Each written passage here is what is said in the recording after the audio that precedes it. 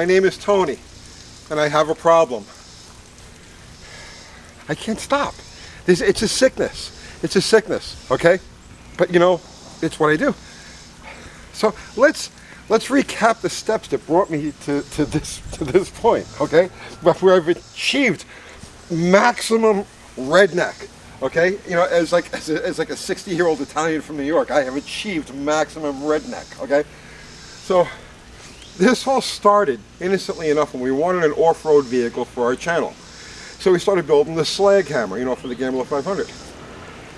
And then I'm looking at some of the parts that I picked up for it. Like I bought this brand new Moroso oil pan. It's beautiful, you know, gold anodized. It's like, and I'm picturing this thing just like smashed with mud, right? And a brand new beautiful distributor, an axle distributor for the thing.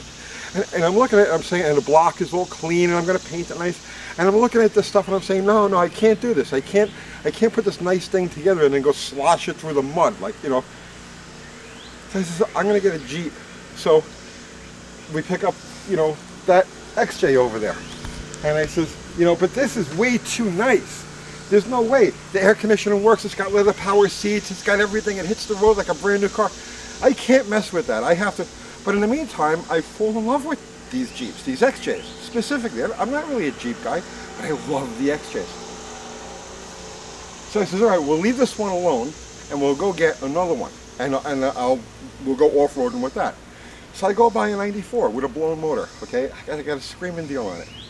And okay, great. I'll do the motor. I'll convert it to 5-speed. I'll convert it to 4-wheel drive. Put a lift kit in it. Get it up there, right? 32s, 33s. And I'm looking at this thing. I was like, no, it's pristine. You know, the body is perfectly straight. Not a dent. There's not a speck of rust anywhere on it. The original paint is beautiful. All I need to. This thing just wants to be restored. It's earned a right to be restored. I can't do that to this truck. All right. So then I says, all right. Then I need something. Now, I have a sickness because I fall in love with everything, okay? So I says, all right, I need to find something that's already pre-destroyed. I need to find something that's gone, right? And then I can just go romp around through the woods with it and have fun. So, just out of sheer coincidence, we're setting up to do all of our t-shirt printing in-house now. So, we went to pick up some tables, you know, to set up around the press area. And across the street from where we went to get the tables is this. And along with its own wildlife, look, it has a hornet's nest in it. This is perfect. I need that Jeep. The next day, we went and we bought this Jeep. So here we go. And you know, you want to know what sold me on this? You see, because I'm sick. I have a problem, okay? The thing that sold me on this Jeep was this dent in the roof right here. See, it's already been pre-rolled. It's already been so in other words, like somebody's already done. There's no way this could ever be brought back to any semblance of a nice vehicle. So I can carefree take this thing out in the woods and have fun with it. So that's what we're going to do. Where do you start? So I got a great deal on it. I paid about the same for the truck as I would have just for the used tires and wheels that are on it. So I'm thrilled with that. Thank you for the great deal, Sean. Right? It runs beautiful. It's automatic. 4-liter. Motor's quiet, smooth, tons of power. I had reservations about, you know, should I trailer this thing home or should I try to drive it? Well, I jumped in it last night. I says, well, let's give it a shot. Let's try to drive it home. Hits the road perfect. You know, a couple of clanks, a couple of clings, right? Whatnot. It's missing the front drive shaft because their last outing through the woods, they discombobulated it, so it's laying in the trunk over there. And it's seen better days. So I'm going to have to get a drive shaft for it. It's already got lights. It's got a CB in it. It's got a 6-inch lift. It's already got extended lower control arms, the heavy-duty lower control arms, so I don't have to worry about like death wobble and all that stuff. Look at these wheels. They're beautiful wheels.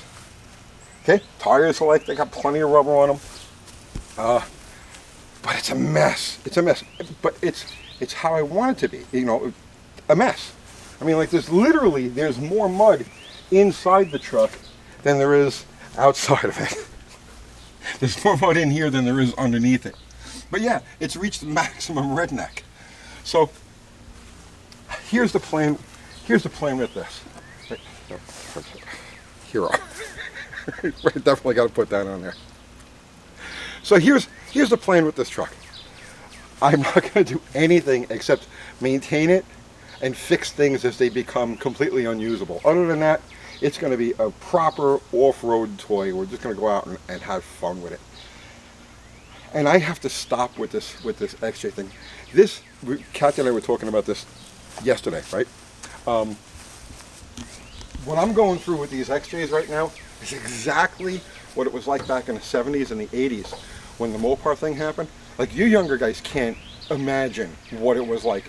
These, like the same way you could drive through any neighborhood and you'll find an XJ, and you could probably buy it for $200, $300, you know, it's just whatever's wrong with it. Well, that was the way it was with the Mopars back in the 70s and the 80s. You could drive through any neighborhood, and on the side of people's houses and their driveways or in their backyards, you would see just, I mean, everything you can imagine, every body, every nameplate, every engine, everything you can imagine was there pretty much for the taking. Knock on the, you know, knock on the door. Well, the junkyard will give me $35 for it. You give me 40, sold. And back then, and the junkyards were full of them. So anytime you needed parts, quick run down to the local wrecking yard and anything you needed, fenders, bumpers, transmissions, carburetor, you name it, it was all there and it was almost free for the taking. In those days, let's say like around 1980, and I'm not exaggerating, anybody who was there can vouch for me on this. In those days, you could go through the local paper, let's say, and buy a 67, 68, 69 B-body, okay, for like $200 running and driving. You can go to the junkyard and buy a 440 for $100, sometimes $75, good running motor, a set of headers, a weekend's worth of flogging on the thing, and you could build yourself a big block B-body muscle car for under $500, and then go out and run muscle car times with it. And when you were done with it, you took off the good parts and you scrapped it. That was the fun. That was the appeal of the whole Mopar thing. Guys of my generation who got hooked on Mopars, that's how we grew up. These were all disposable cars. And that's the way these XJs are now. They're old enough that the average person isn't interested in them as used cars.